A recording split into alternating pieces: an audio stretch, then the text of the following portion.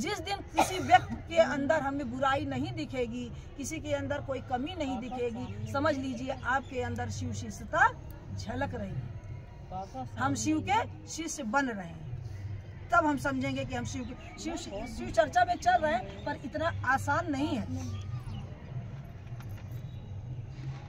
कहते ना, तन को जल से धुलाना एकदम सरल है, लेकिन मन को निर्मल बनाना बहुत ही कठिन है। मन को निर्मल पवित्र कैसे करेंगे? अच्छे काम करके, लोगों का परोपकार करके, दया करके। जब हम करेंगे, कोशिश करना। अभी तो हम लोग क्या कर रहे हैं, मन में अभी ला रहे हैं, दिमाग आया है, अब विवेक आया है, क्योंकि बिन अभी क्या बोला, बिन सत्संग विवेक न होई। जब हम सत्संग में आ रहे हैं तो हमारे दिमाग में कुछ बातें हम सीख रहे हैं, हमारा दिमाग जागृत हो रहा है। तो जब जागृत हो रहा है तो हम उसको क्या करेंगे, अमल करेंगे। हमें अमल करने की जरूरत है। जब तक हम अमल नहीं करेंगे, खाली बोली में बोलने से कुछ नहीं होता। ये बात मैं स्वयं के लिए भी कह रही हूँ, ऐसा नहीं कि मैं यहाँ पे खाली बोल रही हूँ। और वास्तव में बताऊँ, जब से हम लोग शिव चर्चा में चल रहे हैं, इतना ज्ञान आ गया है, तो इतना तो समझ में आ ही गया है कि अब हमें पहले वाली हरकतें हम नहीं करते। हमने थोड़ी थोड़ी चुगली निंदा भी छोड़ दी है, फालतू की बातें भी छोड़ दी हैं। थोड़ा थोड़ा सा हम लोग सुधरने लग गए,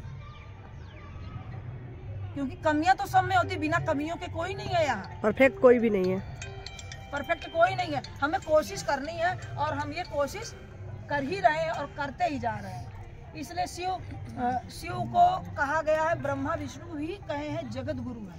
ब्रह्मा विष्णु ने सबने माना है कि वो जगत गुरु है, विश्व गुरु। शिव से बड़ा कोई गुरु नहीं है, इसलिए शिव को ही मानिए, शिव को ही ध्याइए।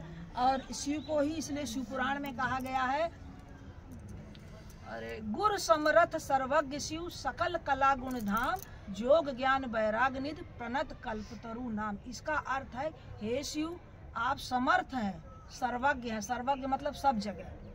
हे शिव आप समर्थ हैं, सर्वज्ञ हैं, सब कलाओं और गुणों के निधान। इस बात को समझिए, लाइन को। सभी कला क्या है? विज्ञान, भूगोल, गणित, नाच गाना, नटराज क्यों कहा जाता है? सभी कलाओं और गुणों के निधान है। आपका नाम शरणागतों में कल्प वृक्ष के समान है। शरणागत में सबको शरण देते हैं ना, चाहे पापी से पापी मनुष्य है, पापी से पापी मनुष्य को शरण देते हैं, वही एक देवी देवता है। उन्हीं को क्यों दयालु कहा जाता है?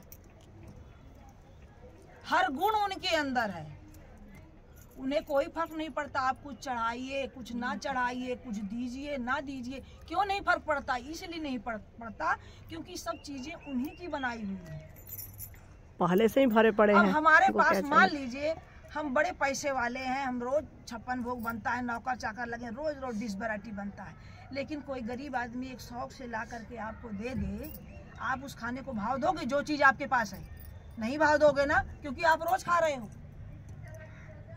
भाव उसको मिलेगा जो गरीब आदमी है, जिस बेचारे को कभी मिलता नहीं है, वो खुश होगा ना। इसीलिए बस इसमें थोड़ा संभल के चलना है, स्वयं को सुधारना है। और कल्प वृक्ष जो है समुद्र मंथन से निकला हुआ वृक्ष था। महादेव उसके नीचे शिव शिव करते थे, राम राम करते थे। उसके पत्ते कभी सूखते नहीं थे, कभी झड़ता नहीं था। दुनिया में हर चीज नश्वर है, लेकिन वही एक चीज है जो नश्वर नहीं है। दीदी पकड़ाई दीजिए, बार बार बज रहा है, पता नहीं। और शिव ने देखिए दुनिया को कैसे दर्शाया है, चरित्र चित्रण दुनिया के सामने प्रस्तुत किया है। उन्होंने अपना चरित्र चित्रण प्रस्तुत किया दुनिया को दर्शाने के लिए, क्योंकि जो जैसे राम जी हैं, उन्होंने भी दिखाया है दुनिया को कि आप ऐसे जीवन को इस ढंग से जिए।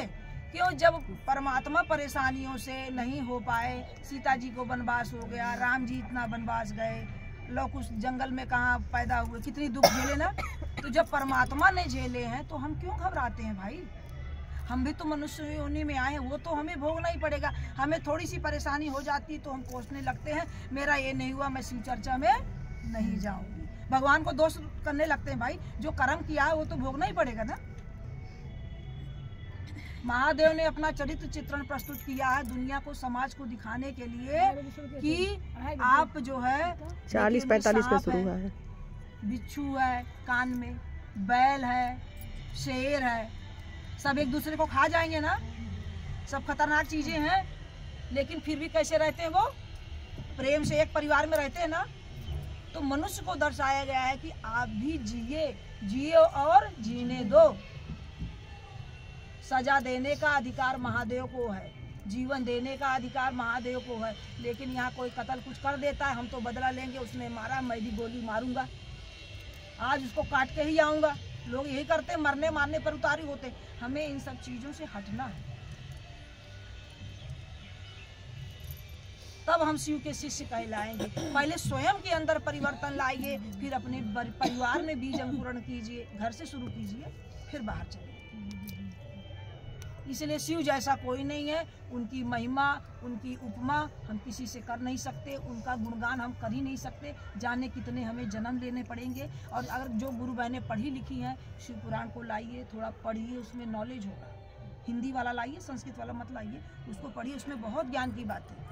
गुरु रूप में बहुत लिखा है उसमें। हाँ, शिव गुरु है। क्यों गुरु है? लिखा है, बहुत लिखा है। उनके आगे ब्रह्मा विष्णु, अगर जब उनकी महिमा सुनोगे तो आपको कुछ नहीं लगेगा। इसलिए जगत गुरु है, विश्व गुरु है, बस यही मन में बैठा लीजिए, उनके सिवा कुछ नहीं। जब आपने उनको भज लिया तो किसी को भजने की जरूरत नहीं है। इसलिए मन में जो संशय है, कोई शंका है, वहम है, सब निकाल दो।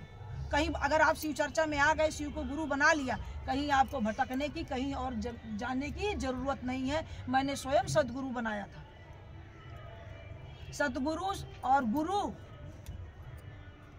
और भगवान में क्या अंतर है? भगवान की अगर हम पूजा करेंगे तो हम भक्त रूप में बहुत परीक्षाएं होंगी, हम परीक्षा नहीं दे पाएंगे, फेल हो जाएंगे, बार बार हमारी परीक्षा होगी। हम सबरी जैसे, प्रहलाद जैसे, सुदामा जैसे नहीं कर सकते हैं। इसलिए शिष्य रूप में आप करोगे, शिष्य रूप में गुरु से शिष्य सीखता ही रहता है निरंतर, और गुरु हर हमेशा उसको क्षमा करते रहते हैं, क्योंकि शिष्य भाव में हमें करना है। इसीलिए बहुत ही अच्छी सहज सरल जो साहब भैया शिव चर्चा लाए हैं, इसको शिव चर्चा में चर्चा क्यों कहते हैं? भजन वाला क्यों नहीं है? ठीक है, भजन भी गा लीजिए, भी भक्ति का भाव है, एक दो गा सकते हैं। हमारे यहाँ भी गाया जाता है, आज समय कम था, सब लेट शुरू हुआ। दीदी भी बहुत अच्छा भजन गाती हैं, सब ये विवाह दीदी लोग सब गाते हैं। लेकिन चर्चा में सत्संग, जब तक आप सत्संग सुनेंगे नहीं, उसकी ज्ञान की बात नहीं सुनेंगे, तो आपको ज्ञान ही नहीं, क्या पता किस गुरु बहन के मुख से क्या निकल जाए। क्योंकि घर में तो हमें टाइम नहीं मिलता है, तो कम से कम यहाँ के कुछ चार बातें सीख तो लें, और रोज चलेंगे तभी सीखने को मिलेगा। मेरा तो कितना छूट जाता है, मैं तो कहीं संडे कभी आ पाती हूँ। इसलिए जो नित्य चलता है वो रोज करत अभ्यास से जड़मत होत सुजान, जो रोज आएगा उसकी प्रैक्टिस होगी। Practice makes a man perfect, इसलिए कहा जाता है बच्चे रोज चलेंगे, रोज स्कूल जाते हैं तो रोज लेसन याद होता है। आप रोज चलेंगे, रोज नई नई बातें सीखेंगे। जो आप कहती हैं हमें नहीं आ रहा, हमें आप भी हमारे जैसा बोलने लग जाएंगे। हमें बहुत नहीं हुआ, हमें 2-3 साल हुआ जुड़े। हमने भी पहले भगवान रूप में बहुत पूजा की थी, माता की करते थे, कहते थे माता ही मेरी गुरु है, हम कहीं छोड़ के जाएंगे ही नहीं। लेकिन माता ने शिव के चरणों में डाल दिया ना, जो परम शांति शिव के चरणों में है वो कहीं नहीं है। आप लिख के लिए, हमें तो मिली है भाई, जो महादेव के चरणों में परम शांति मिली वो मुझे कहीं नहीं मिली। मेरा मन पहले बहुत विचलित रहता था, बहुत डिस्टर्ब रहती थी, लेकिन जब से शिव के सानिध्य में आए हैं बहुत शांति मिली। बस मैं अपनी वाणी को यहीं विराम देती हूं।